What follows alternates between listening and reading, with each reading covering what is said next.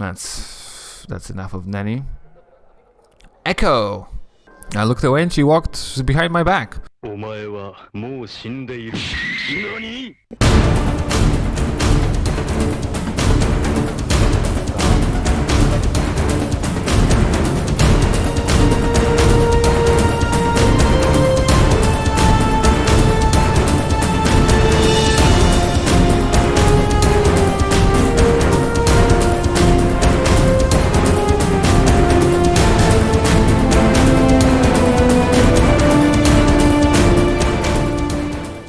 And welcome back to episode 24 of Baldur's Gate. But somebody has a hand shoved down your guts and they're looking for something.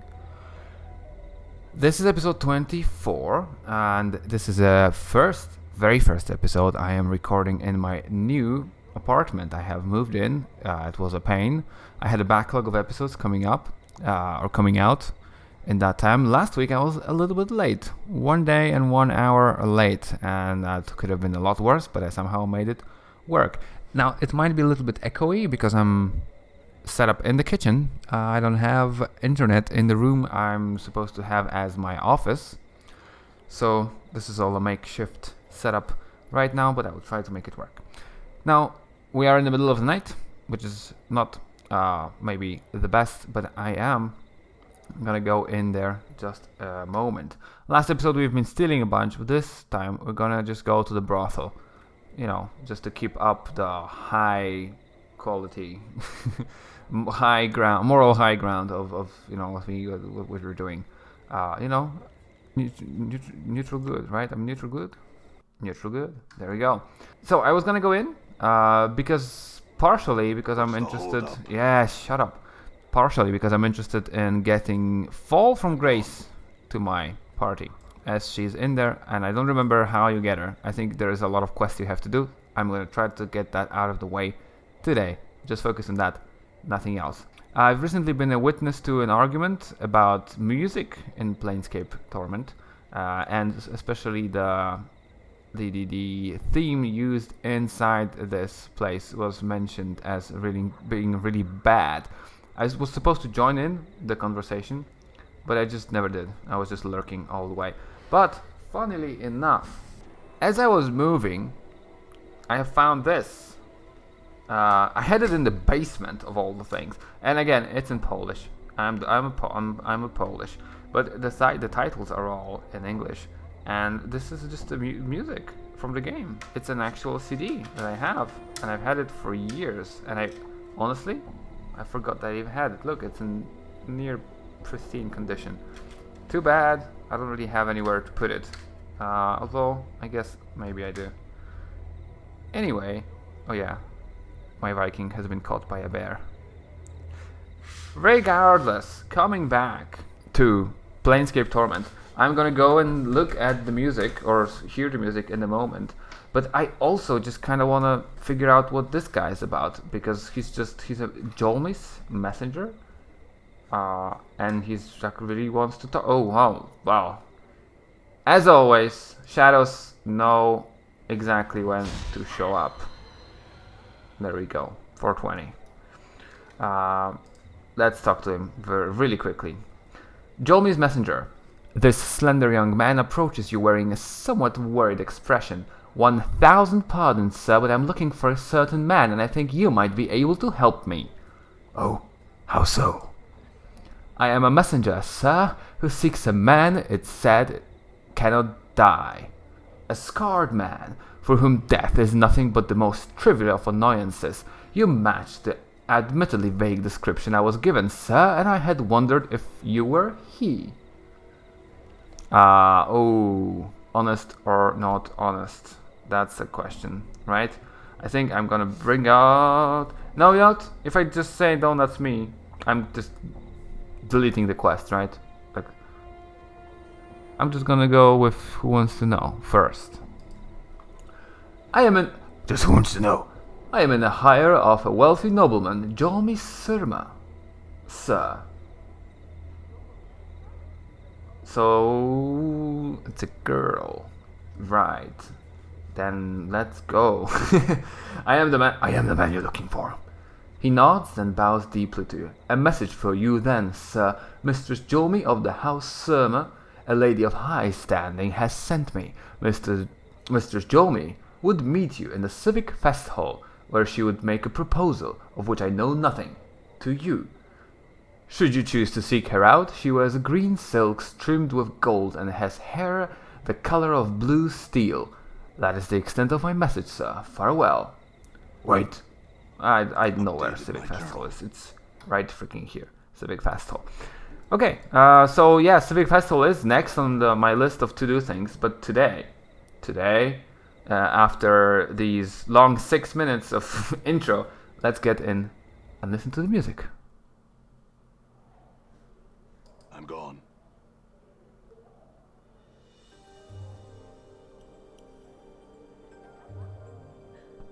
That's fine for now.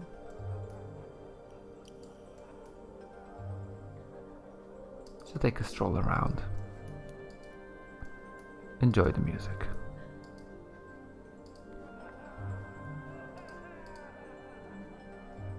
Can I get into these rooms? Yes, I can.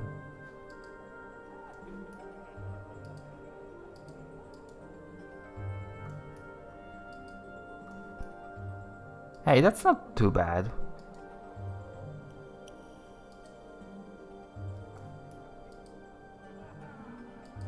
It is a little bit more intense than any other music, I guess. Oh, well, hey, that's just not even hidden. I don't remember what it is, so it's all gonna be a new experience. I'm not sure, but I think that you might actually be able to get the Nodrom here-ish, but maybe not. I'm just gonna look. Nenny Nine Eyes. Oh yeah, all the way here. Juliet over here, and then nobody but this closet is something. Okay, I think it's start. I think it's start. It's time to start talking, and probably just off the bat get this. Yeah, Fall from Grace. Before you is a stunning, golden-haired woman dressed in an azure and violet dress, with 2 long, elegant wings draped across her shoulders.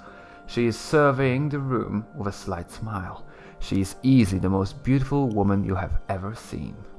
Greetings. Well met, traveler. How may I help you? Oh, she speaks. I don't have to.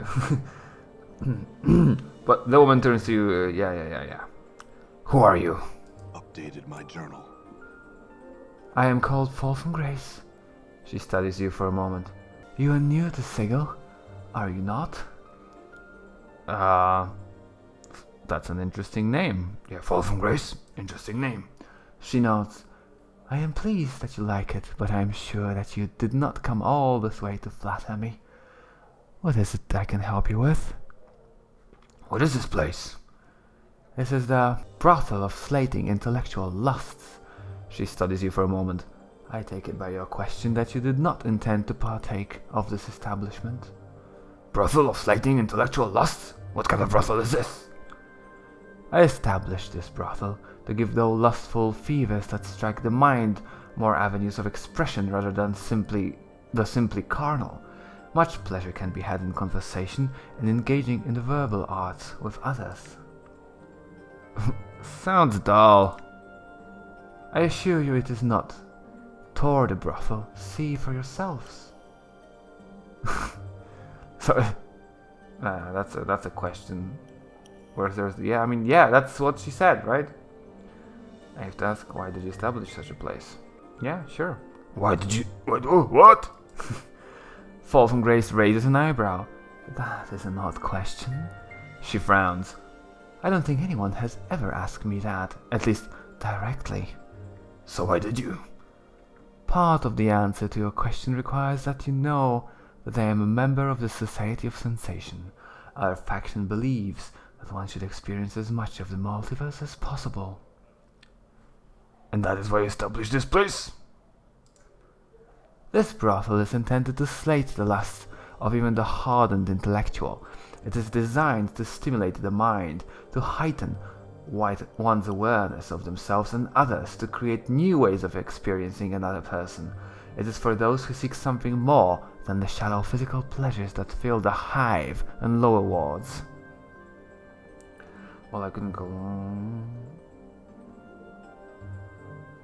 Well, I couldn't call them shallow. I mean, I can understand that. The woman here must be special indeed. Sure, let's go with that. The women here are aspiring sensates. They have come to me in search of instruction to prepare themselves to enter the faction.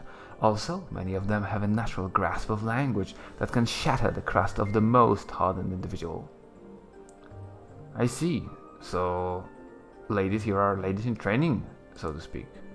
Yes, I hope that by learning the art of language and its subtleties, that the patrons and the students here may learn more about themselves. One is only as limited as their command of the language. To be able to employ language, to evoke emotions in others, is a tremendous skill. I see. Can I ask you some questions? That's gonna be a long talk. Those wings on your back, what are you? Anna. She's one of the fiends, one of the succubi she is. She'll take your measure, then she'll take your soul to the lower planes, so she will.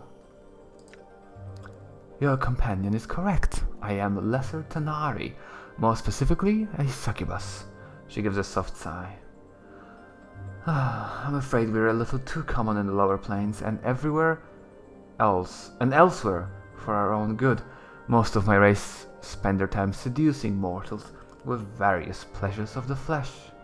And you? Updated my journal. I'd like to think that I have distanced myself from that. It is ultimately a trivial and non-productive way for one to spend one's time here in the multiverse. There is much more to life. Wouldn't you agree? Yes, perhaps so. Can I ask you some other questions? I came here looking for help. Perhaps you can help me. Help? What kind of help were you looking for? I seem to have lost my memories. In so doing, I have lost myself. The Khan's nodding in the distance. You have been stricken with amnesia. Fall from Grace looks pained. How terrible. Do you have any idea how this happened? Not really. At least not that I can remember. I woke up on a slab in the mortuary and everything before that is black. You awoke in the mortuary? I think the dustman mistook me for being dead, or I was dead, or something. All I know is that I regenerate wounds quickly. I could be mortal, but I don't even know that for sure. Yeah. Fall from Grace seems to be appraising you with renewed interest. Those scars on your body. She reaches out a hand as if to touch him. May I? Yes. Fall from Grace drags a finger across your chest lightly, tracing the edges of your scars, and following the curves where they blend into some of your tattoos. She seems fascinated. These scars do look as if they would have taken several lifetimes to accumulate. They certainly do, though some are more recent. Fall from Grace steps back. Some of these wounds would have been fatal to a normal man. She taps her chin, thinking, what do you intend to do now? I need to get my memories back and my life back. I intend to scour the plains and search inside myself until I can piece together who I am and what brought me to this state. Yeah, but pretty much. I don't really know. I'm just searching for clues. I don't intend to do anything. I'd prefer not to discuss. Yeah, let's just go for that. Fall from Grace is still thinking, her finger tapping on her chin. I must say, I have never met a man who had lost himself in a literal sense. She raises an eyebrow. Forgive me, but your condition is intriguing. Intriguing? Frightening is more like it. I do not like not knowing who I am, what I may have done, who my enemies are, and who are my friends. Yeah. I have offended you with my words. Fall from Grace bows her head. I give my apology if you will have it. Never mind. No harm done. Fall from Grace. FFG nods. If it will help, you are welcome to tour the brothel. Several of our students are well versed in the verbal arts. Perhaps some will be able to rekindle your memories. I may do that. Updated my journal. But have you ever heard the tragedy of Darth Plague? Yep. I am familiar with the name. Fall from Grace pauses and thinks for a moment. Rumors cluster thickly about that name, and most tend to discount her as a myth. But I suspect that she did exist, and that she made quite an impression in the cage during his stay here. She looks puzzled. Why do you ask? I intend to seek her out. Grace raises... Grace? Is that really... That's okay. Raises an eyebrow. Truly, I find myself compelled to ask why. I need information that she has. Is this information available for no one else? From no one else? I suspect that only Ravel. Ravel? Ravel. I don't actually know what to pronounce her name. I never thought about it. Possesses the knowledge I need. Updated my journal. Grace rests her hand lightly on your arm. Consider this. If Ravel does indeed exist, then she is extremely powerful and cunning. If a fraction of the stories of her activities are true, then she is a creature that has discovered new meanings of evil. To search for her is not a quest to be undertaken lightly. I realize that. Do you know anything about Ravel? She was said to be one of the hags of the Grey Waste. Bam! Grey Waste of Hades, the land of the dead. And that she was believed to possess powers and a cunning far beyond those of her sisters. She came to Sigil long ago, and in addition to the evils she committed during her stay, rumor has it that her actions threatened the cage itself. Now she primarily exists only as fiction, a figure in children's stories. Grace pauses. I imagine the Lady of Pain dealt with her, as all threats to Sigil are dealt with. Oh, I can ask, what is the Great Waste? What is the Great Waste? My journal. A blighted plane that lies effectively between Athar and the Abyss. Well, along some others like Gehenna and I've been pronouncing it Carcery. Is it Carcerai? Carcerai? Carcerai. It might be Carcerai, right? I might have been pronouncing this my whole life wrong, which is actually true for many Planescape. Many Planescape items. It is frequently a battleground in the Blood War. That's true.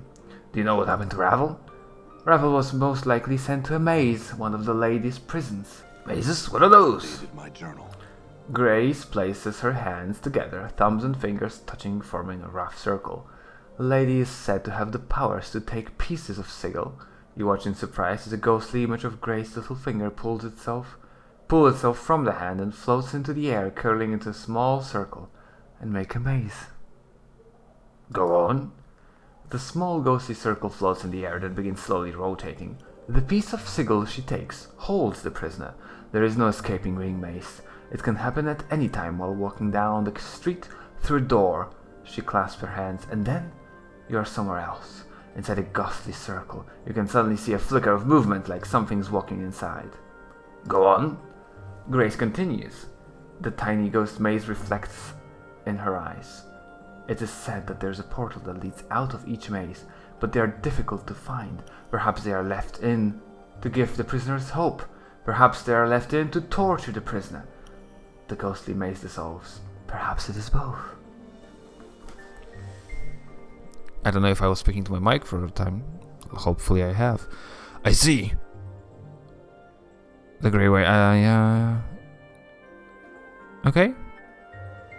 Can I ask you some more questions? Can you tell me what you know of Ravel again? Is there anyone else who might know about her? Yeah, that's the one I missed. Someone in the fest hall may know more of her. Fur? That's fair. I'm gonna go to the festival soon. So can I ask more stuff?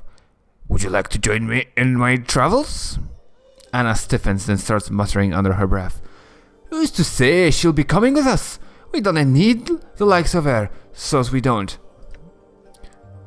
Bar that, fiendling, Mort clicks his teeth together. I'm all for the succubus coming with us. The powers know you're about as fun as passing a caltrop through your bowels. You'd best latch your bonebuck skull, or I'll rattle your head so hard they'll be picking your teeth off the spire. Travel with you? Fall from Grace smiles slightly. She seems to be ignoring your companions. That's rather forward of you. You're a sensate. Surely there must be a limit to how much can learn. Here. I think you would be surprised. If you want me to accompany for your travels, I need far more compelling reasons than that. You mean you wouldn't be interested in traveling with an immortal amnesiac who is searching the plains for himself? Oh, I would be extremely interested, she smiles slightly. Such a suggestion is intriguing, make no mistake about that. Then, would you like to travel with me? If you wish me to, then there is something you must do for me. There are 10 students in this establishment. I would like you to speak to all of them, then return to me with your thoughts. Then, we shall see if we can travel together or not. I will go speak to them then. I will return when I have spoken to all of them. That's a sentence. I will go speak to them then? Yeah, that's great. I love it. Updated my journal. 10 girls. So Vivian, Dolora, I think they're not in the rooms. I think they're just scattered around. So I'm gonna talk to all of them and we shall see what happens. Oh, and by the way, yeah, Modrons. There's Modrons right here. So hopefully I might do something with that. Do I need the Modron toy? Do it? Maybe. I will... You know what? That's for the next episode. Tonight, we're talking with the girls. Vivian. This tall, elegant woman with her sharp features and regal demeanor is a striking example of aristocratic beauty. Her clothes appear to be spun of silver thread, and small file dangles from her necklace. She is perfumed with an exotic erotic scent that seems to draw you towards her. Greetings. She looks you over, arching an eyebrow with what you sensed to be disdain. Greetings, my name is Vivian. Am I to presume I'm being summoned? No, I just have some questions. She nods imperiously. Go on, then. What's that incredible smell? She smiles at you. Thank you for your compliment, but I assure you this particular aroma is a bland, old, paltry odor in comparison to my personal scent. Your personal scent? Yes, I have a particular scent that seems to have gone wandering. 'Tis somewhat difficult to keep in one place. I hope that someone did not take it by accident, though you never know with the ladies around here. She frowns. So by any chance have you smelled it somewhere? I don't think I have smelled it. Unfortunate. I fear that I may never find it. How would you know it if you found it? You would know it by smell, I assure you. It is quite striking, especially to men. I can help you. Vivian seems dubious. Are you certain? I do not wish to impose. No imposition, I am pleased to help such a lovely woman as yourself. Updated my journal. Anna mumbles something angrily. You catch the word piking an idiot stick. Yeah. Vivian smiles and nods to you. You are too kind, very well. If you run across it, please let me know. I am somewhat anxious to get it back. One-of-a-kind scent, really. Okay, we know what Vivian wants. Now, Dolora. This dark-haired... Well, it's like... these are generated by the mod, so I'm fine. But these sprites are original. And how do you get a dark-haired, pale-skinned woman from somebody who has white hair? This dark-haired, pale-skinned woman has a cultured, refined look about her. As she turns to you, you note that her eyes, which you had previously thought to be grey, are the color of brushed steel. Greetings. This woman's voice is soft, calm, and without inflection. It has a certain faraway quality, as if somehow not attached to her. Greetings. Greetings. I am called Dolora. May I serve you somehow? In what ways you can serve me, Dolora? She blinks her eyes, then touches her hand to her heart, bowing her head slightly. I am able to debate any scholarly or academic matter quite proficiently, if that is your wish. I am also well versed in various games of strategy, should you wish to play something, though I have the materials for a few such games here. Debate, you say? Let's go, Intelligence 21. Dolora nods. That is correct. I am neither a tome nor a tutor. I have no desire to educate my patrons. Should you have a matter to discuss, however, the 15 factions and their effort on Sigillian politics, the most effective battle stratagems for warring in Acheron. Bam! I don't think we had Acheron card. Acheron! The meanings of existence itself, I would be the most pleased to choose the counterpoint and engage you in a debate. Choose a topic, see if you can best her. You choose a topic and begin. The debate lasts a long time and the two of you exchange points and counterpoints, each attempting to methodically undermine the other's position. As you speak, a strange feeling begins to come over you, a memory trying to surface. Allow the memory to surface. 5000 XP. Memories of a great hall begin to form in your mind, a vast place full of well-dressed elites. A formal ball was taking place. Before you was a small, impeccably dressed fellow who wore a golden medallion. It was emblazoned with a symbol you dimly recall as the sign of one. Bam. Sign of one. That's the fated? I think? Well, the card is gonna tell you the truth. The two of you stood in a circle of onlookers who have gathered to listen to your debate. Continue the memory. But that's impossible, the man was saying, looking perplexed. Oh, but it is, you recall yourself replying. I have made several inarguable points and giving you a number of examples. You simply don't exist. But you can't. Were I to accept that, I'd... Continue the memory. Yes, you'd cease to exist. And without a flash of light or puff of smoke, with no fanfare of any sort, the man was simply gone. The onlookers oohed and ahed, some clapped. You remember giving a flourishing bow and walking away, a small, satisfied smile upon your lips. You suddenly realize Dolora is watching you closely. Are you feeling well? We might finish our discussion at another time, should you like. No, let's continue the debate. Hard-pressed as you are to beat Dolora's infallible sense of logic, you eventually win out. She merely nods in approval. You are a most skilled debater. This there is no denying. I do feel, though, that had I time to perform some research, you might not have bested me. Perhaps not. I'd consider that an unfair advantage, though.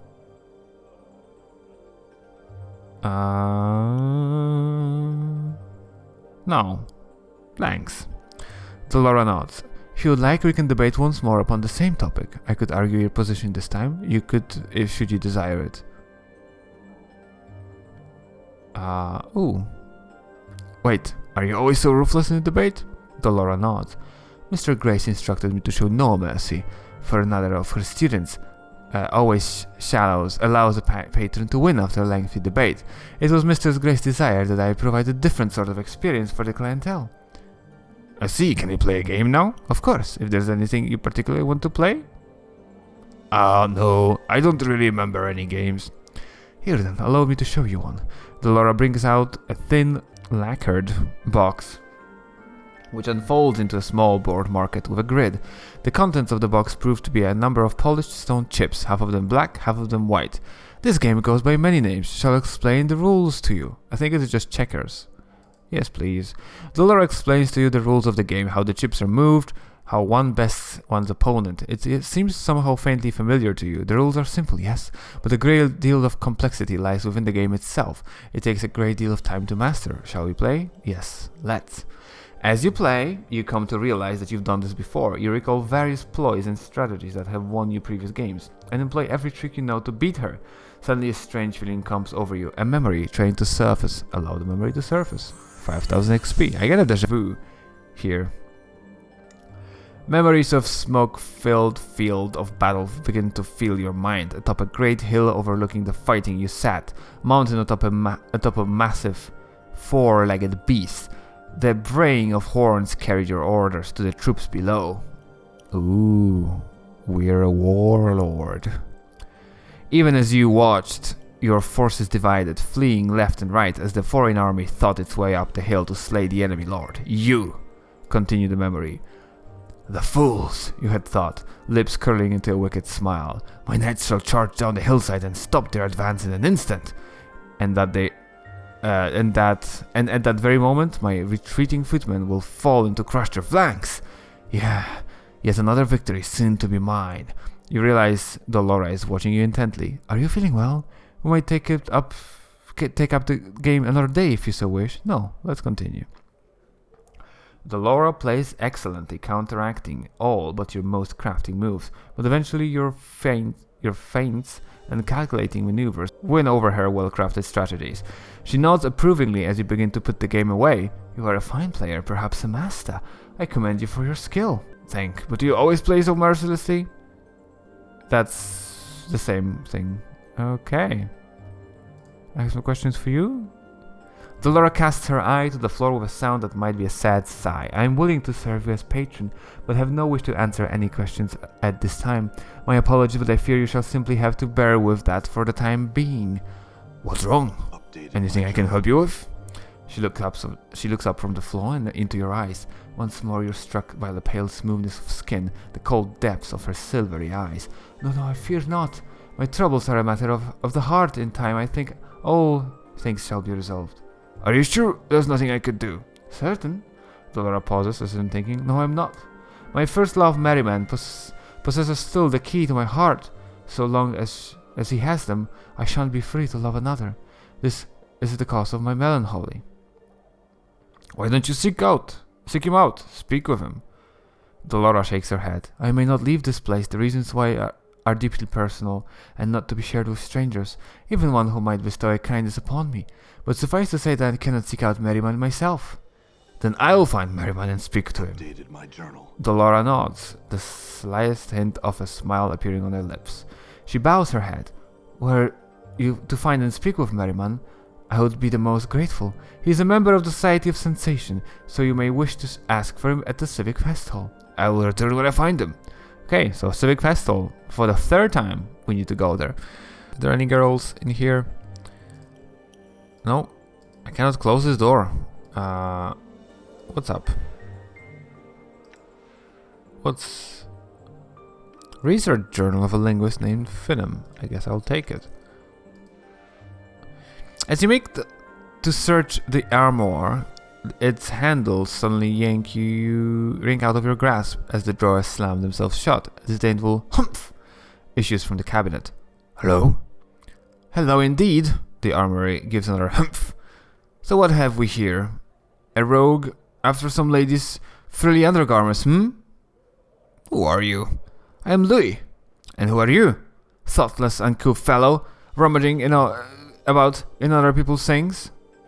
Never mind that, what are you doing here? Well, sir, if you must know, I am being an armoire. But why are you being an armoire in this brothel? I happen to have become an armoire because I want to be an armoire, thank you very much. It's not to watch the ladies undressing, nor to have them place their soft, sweet-smelling undergarments in my drawers when they can rub against my skin. Wow. Such accusations are an insult to practitioner of magic. I am merely soaking in the experience of what it means to be an armoire. The sights, the smells, the sensation. So all the women know about this then? Yes, they do, and they wholeheartedly approve of.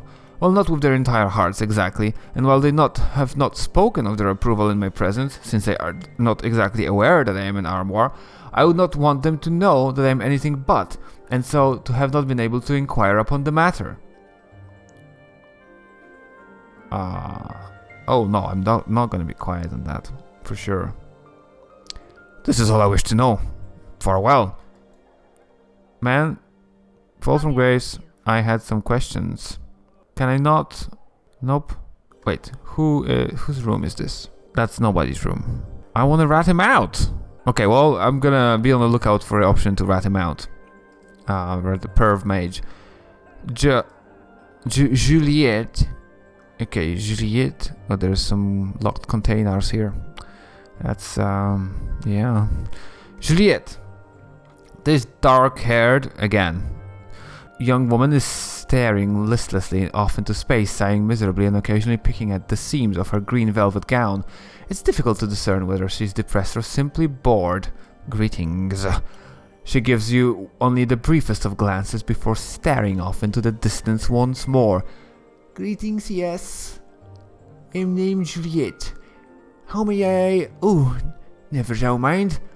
Leave me be, please. She gives an exasperated sigh.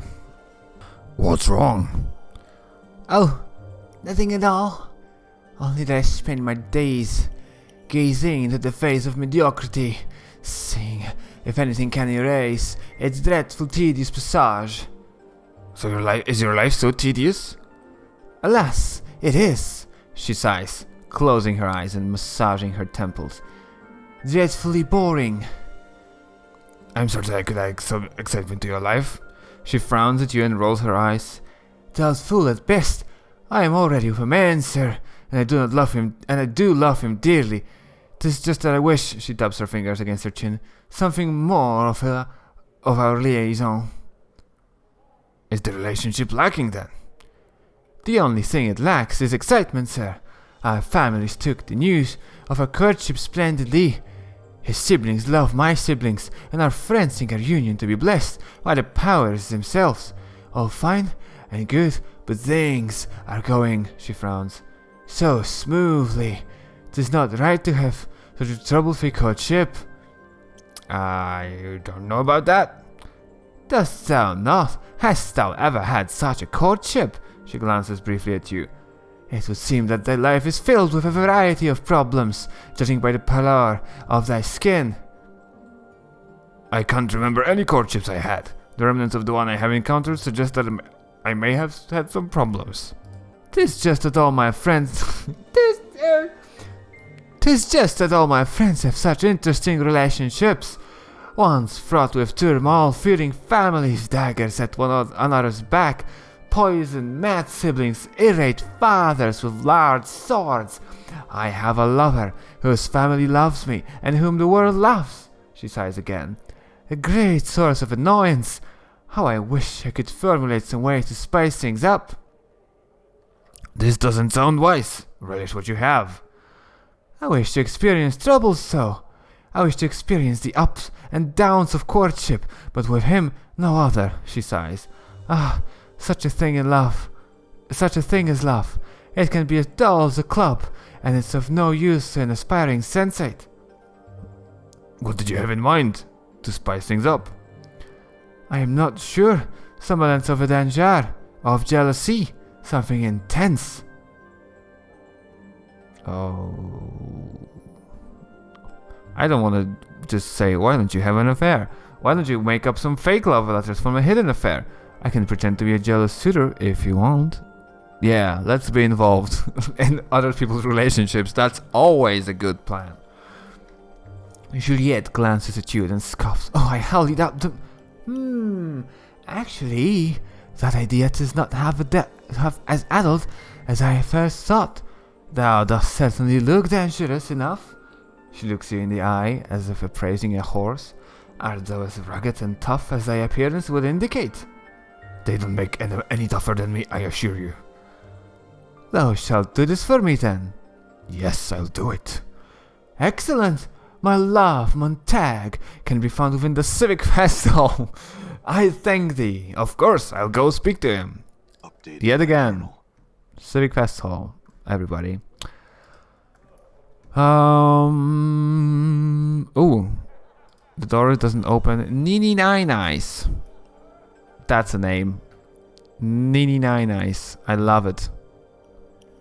I'm absolutely gonna just steal that name for something. Don't go away, Nini Nine Eyes. Wait, that's Nini Nine Eyes. I like Nini Nine Eyes more. This petite, attractive young woman is smiling blissfully and humming to herself. Her wide, pale blue eyes seem to constantly drink in her surroundings as she looks about. Greetings. The smiling young woman curtsies gracefully and looks up to you, smiling. Well met, good sir. I am Nanny. And how are you this fine... She notices your scars and placed a gloved hand over her mouth. Oh my, you're hurt. All over. They're all scars. I'm fine. She nods quietly, lowering her hand. I had some questions. Huh? She can't seem to tear her eyes from your scars. Oh, how shameful of me. Don't mind my rude staring. I am named Nenny, but some people called me Nini. She makes a little curtsy, and it is my great pleasure to welcome you to our brothel of the slating of intellectual lusts. She returns to staring at your body. You have tattoos under those scars too. What's this one? She points to one of your tattoos. That one's... looks fascinating. Look at all the way... the lines of ink. I think that's ink. She squints at the tattoo, then reaches you to touch it. Allow her to touch you. I think that's ink. She traces a finger around the edge of the tattoo. Is it ink? And what a pattern! Look at the way the lines intersect here. She touches the center of the tattoo. That's simply amazing. She purses her lips and frowns in disappointment. I could make it out better if there weren't so many scars. There's nothing to be done about the scars. They're permanent. Oh, I'm sorry. I'm sorry. Pox on me for even mentioning them. She cringes. But I have to know. Are you absolutely sure you're alright? I'm looking at you, and I can't help but believe you're not in some pain. I have amnesia, but that is all. Amnesia? Nanny blinks and brightens. Loss of memory, you are so lucky. She chimes perkily. Everything must be so new to you. That's an angle I hadn't considered. Nanny clasps her hands delightedly. I'm so pleased I could open your mind to that idea. I've heard that what being a sensate is all about, bringing new experiences to others. Sensate? Sensates! Oh, they're so dreamy. They believe that you achieve understanding only through experiencing as much of the multiverse as possible. Taste this, listen to that, feel this, look at that, and there's so much out there. It's such a big place that it's difficult to take it all in sometimes. I've had some other questions. Oh, I'm trying to find Vivian's scent. Do you know where it might be? Nanny frowns. What? Oh, I can't say anything bad about anyone. I'm just no good at it. Nope, not bad to point out a thief, Nanny. Oh, but I don't know if she's a thief. Nanny bites her lip and looks at you with pleading eyes, as if she just wishes you'd leave her topic alone. Look, why don't you try and say something not nice about her? Oh, alright. Nanny puts her hand on her hips and frowns deeply, almost exaggeratedly. You resist the temptation to laugh. Oh, I dislike her very, very much. She pauses for a moment, then looks at the corner of her eye as if gauging your reaction. Was that convincing? No, not really. Nanny frowns. I knew I wouldn't be any good at this. She looks at you depressed. Do you know how hard it is to say bad things about someone? It feels so wrong. Why don't you practice on me, Nanny? I suppose I could try. She looks dubious. You big, mean, nasty brute. She puts her hand on her hip. Meanie. She looks at you. How's that? Try hitting me.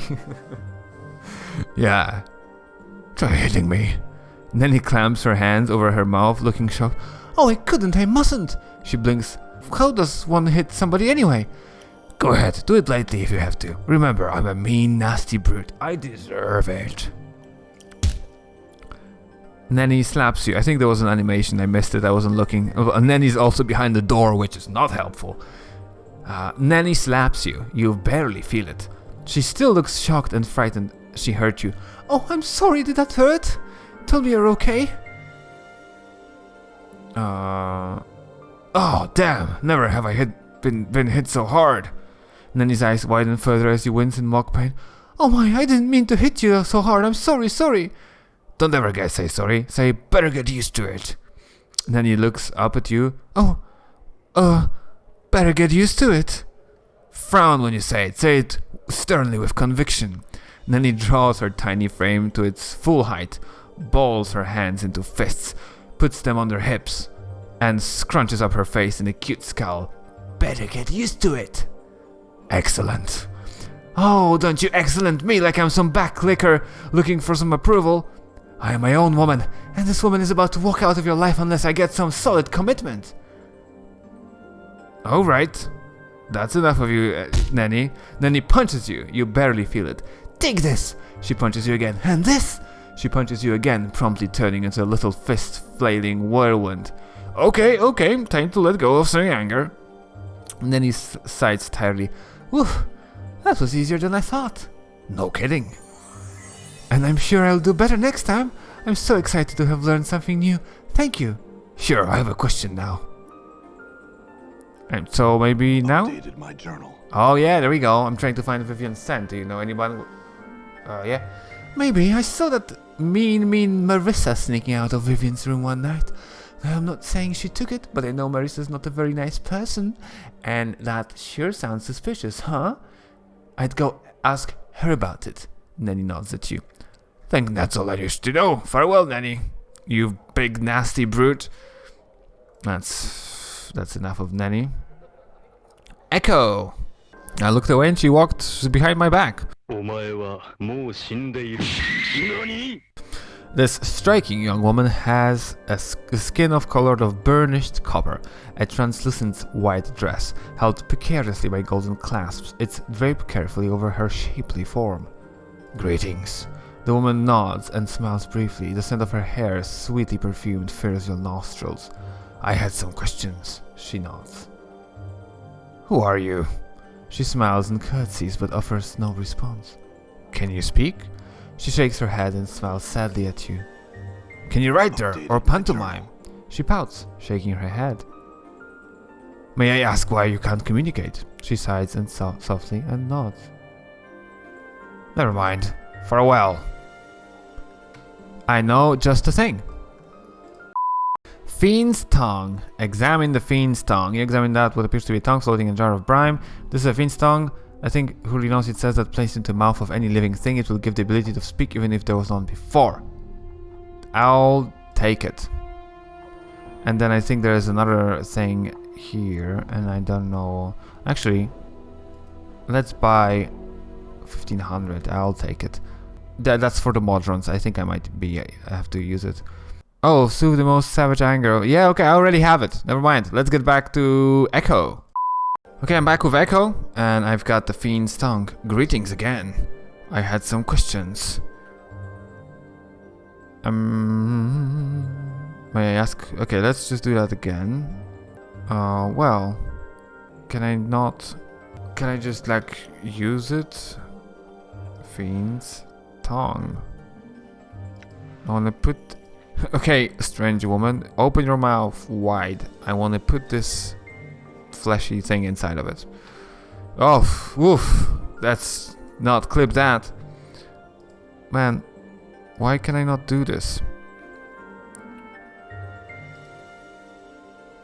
Oh, do you know anything about Ravel Possible? Her eyes flash and she smiles. She nods at you. What? What do you know of her? My journal. She seems to look at you. Yeah, I ask why you can't communicate. I think this is just not... Okay, well, I'm sure that there's something I'll be able to do here. Oh, this door closed. Why? Right, so let's get... you know what? Oh, I can't close this door. Perfect. Anna, nobody's in this room. Just steal copper and gold earrings. I like it. Now, as a handkerchief, a remarkable... Yeah, I don't know what's that, but I'll take it. And there's another gold earring, a pair. Done. Okay, stole from this room. Very good. This is like a place to go down. I just want to take a peek. What I'm gonna save just in case this is like a... Oh, this is just the bottom floor. Done. Oh yeah, I remember this. Is there anybody here? Oh, the crystals. I think that's just like an XP farm. XP farm, yeah. Oh no, did it crash? Hey, we didn't have a crash in a while.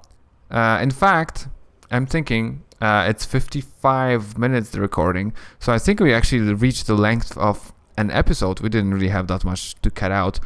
So, while I'm crashing, I guess this is going to be a two-parter, getting Fall from Grace to join us, which is fine. I'm going to just record it now, like 2 in a row, so that I'm very fresh on everything.